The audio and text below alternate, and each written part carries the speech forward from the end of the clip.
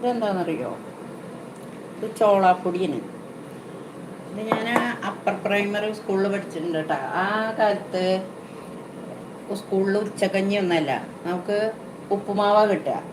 American മാവിൻ്റെ പൊടി കൊണ്ട് അത് ഈ പാട്ട നെയ്യ് ഉപയോഗിച്ചിട്ട് ആ ഉപ്പുമാവിൻ്റെ ടേസ്റ്റ് ഇന്നും നാവിൻ്റെ തുമ്പത്തുണ്ട്. അത് ഏതുകൊണ്ടൊക്കെയാലും ആ ടേസ്റ്റ് വരില്ല. കടുകൊക്കെ ആണെങ്കിൽ ഒരേ മണി അവിടെ ഇവിടെ ഉണ്ടാവുള്ളൂ. അപ്പോൾ നമുക്ക് ഇതിൻ്റെ കുറച്ച് ടേസ്റ്റ് കിട്ടും. ഇതുകൊണ്ട് ഉപ്പുമാവ് ഉണ്ടാക്കി നോക്കാം.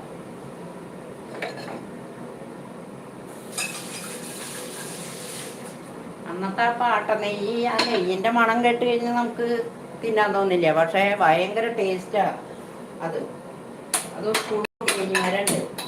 അപ്പോൾ അതിൻ്റെ ഇല കൊണ്ടുവന്നിട്ട് ഞങ്ങളെല്ലാവരും താഴ്ത്തി ഇരുന്നിട്ട് ആ ഇലയിലാണ് ഈ വിളമ്പി തരിക.